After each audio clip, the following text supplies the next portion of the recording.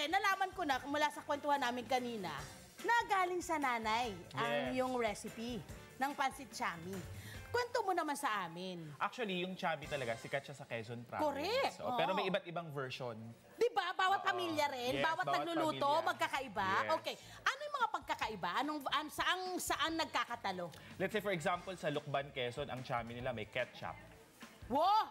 With ketchup. Uy! Tapos? Yung iba naman, hindi ganun kadami yung sauce. Okay. Pero yung kay Inay, kaya siya masarap kasi, syempre, nanay ko siya. Syempre!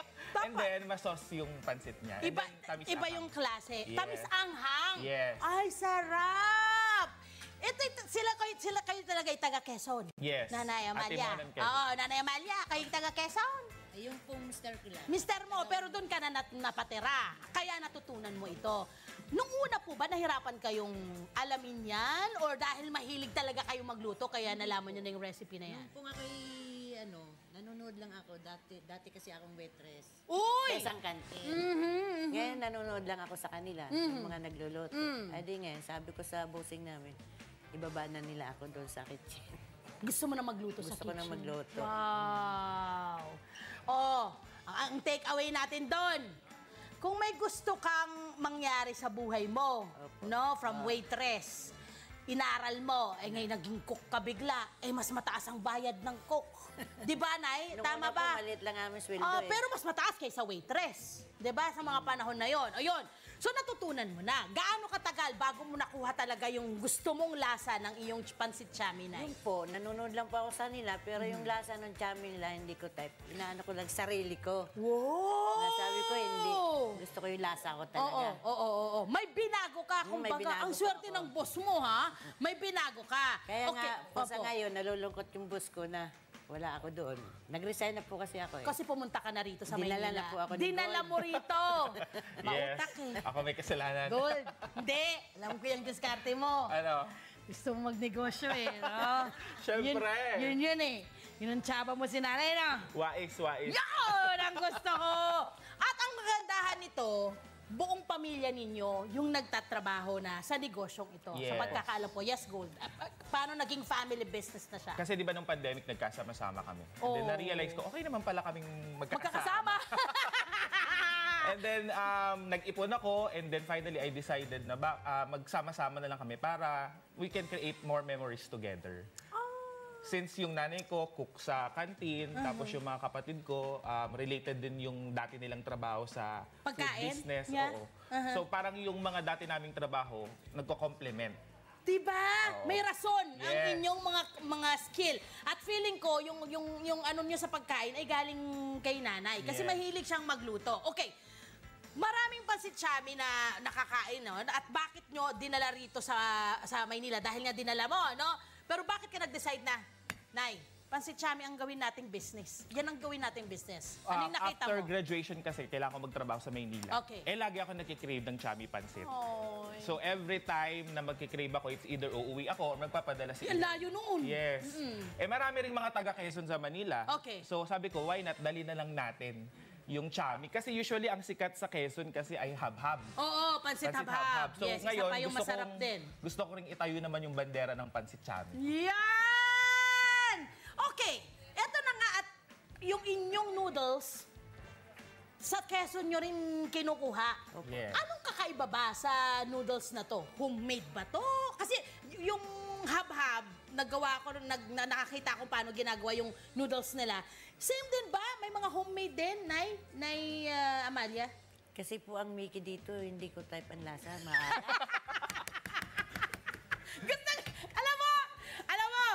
Gusto ko to si nanay eh. Real talk tayo. Yun ang gusto niya sabihin. Real talk tayo. Alam niya ang produkto niya. Alam niya ang luto niya. So, namaalatan ka doon sa mga noodles dito.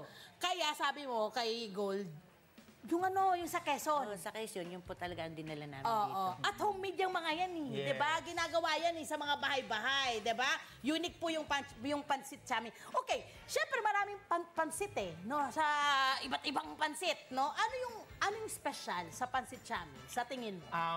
For me, yung pinakang special dyan, of course, nagpapasarap kasi sa pancit kaldo. Or broth. Pork Yun, broth. there you go. Broth, okay. And then usually yun... Ano ba ang meron sa broth na Kaya siya malasang-malasa. May gulay, tapos meron din siyang karne ng Karne? baboy, may taba ng baboy. Tas May buto rin ba ng may buto rin baboy? yun. Okay. Tapos usually yun overnight. Ay, wow. Para talagang nuot na nuot yung Low lasa. fire. Yes. Wow! And then, of course, ang pinaka nagpapasarap din yung tamis-anghang flavor niya. Correct eh, no? Kakaiba yung tamis-anghang flavor na yan eh. But of course, ang pamilya Ambas, nag-prepare. Pwede naman. Nay, ang layo po ng plato. Ayan, yan.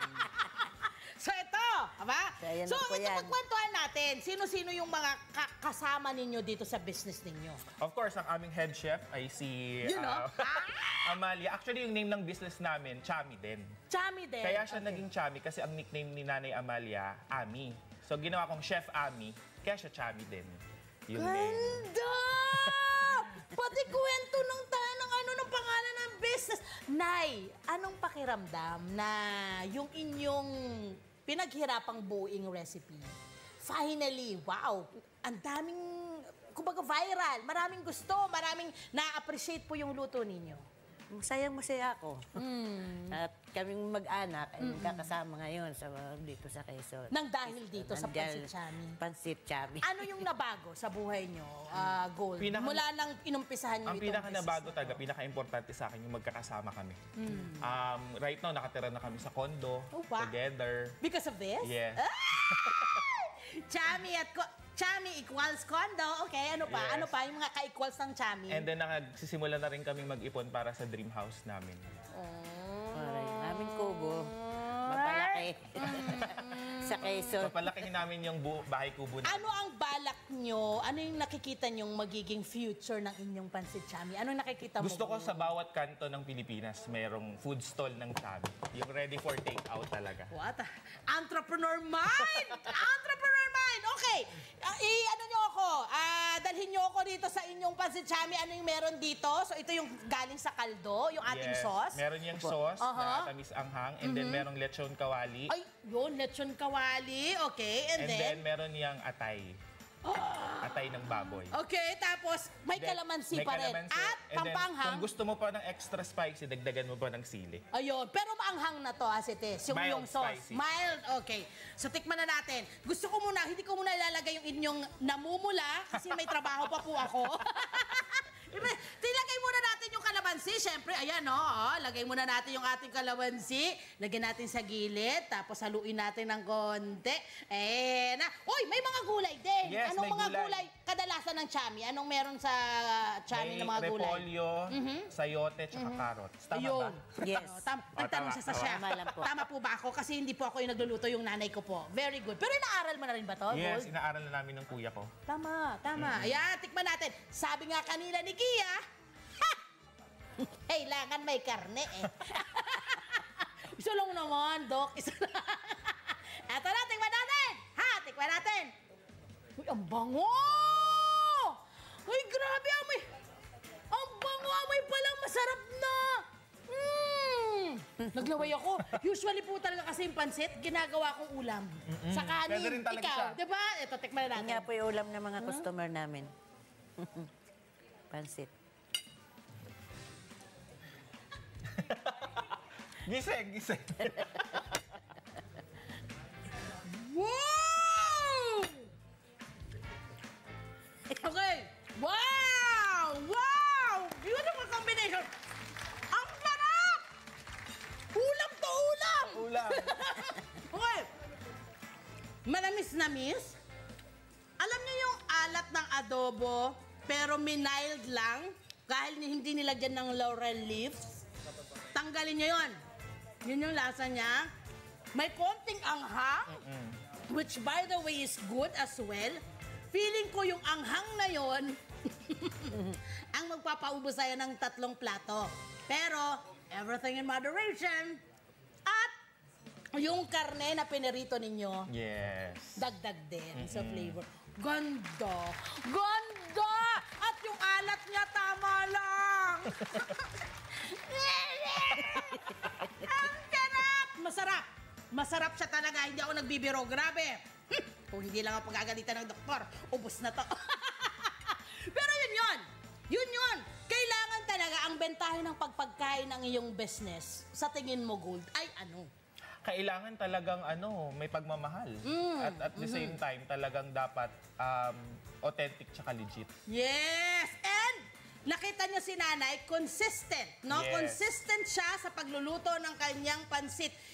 Chami, hindi nagbabago. Hindi. No? Malalaman mo pag hindi luto 30 ni nanay. years na niya nagluluto Yun! yan 30 years. Tatlong dekada. Diba? Di ba, Nay, pag nagluluto ka, alam mo pag may problema yung niluluto mo, sa amoy pala. Oh, yes. Diba? Nalalaman mo na, nako! Naalatan! Nalalatan! Kaya hindi ka nagtitiwala na iba yung nagluluto, no? No? Ikaw lang yung sa kusina, ayaw mo ng ibang tao. Pag silang gusto, edi magluto kayo. Pero yun yung bentahin ninyo. Consistency ng inyong produkto at syempre yung sarap, no? Na hindi makukuha sa iba. Yeah. Tinuruan ko naman sila eh. Tinuruan mo naman. Ay, Kumusta? kailangan ka kung matuto kayo dahil pag ako'y nag-resign na, Tama naman, kailangan din. Oo, Good, yun talaga good. din. Kailangan din. Para Siyempre, meron silang- kailangan maranasan din ni nanay na humayahay. Yes. Kasi, tinan mo naman, for 30 years ay ibinigay niya sa inyo. Tingnan mo Yung naman ang dapat mga kamay ko na. ibigay. At hindi kayo nagkamali. Tingnan niyo naman yung mga anak ninyo, mga responsible Ayan nga people. po, kahit mga Responsible lalaki, children. wala akong Yeah! Correct! Big blessing yun sa inyo, yung mga ganyong anak ninyo. That's it, Pansit! Ha? Maraming salamat! Nanay Amalia, thank you. Saan ba ako pupunta? Saan ba ako pupunta para muling matikman itong inyong Doon sa malinamnam at maliit masarap na naming, Pansit Chami? Gold, saan ba? Go for it. Matatagpuan po kami sa Project 4 sa 175 Kalanchaw, Barangay Tagumpay, Project 4, malapit. Quezon City. Malapit kami! Then kung gusto Okay! nyo umorder, pwede po sa FB page namin. Yes. Type nyo lang po, Chami Pansit, double Y, yung spelling ng Chami. Ang cute Chami Pansit. That's it! Wow, mga Kanet 25, this is Love and New Verbo. For more love to the pet and everything updates, just click the subscribe button and follow us on our Net25 social media pages at Net25 TV and Net25 Entertainment Facebook. See ya. I love ya. Mwah.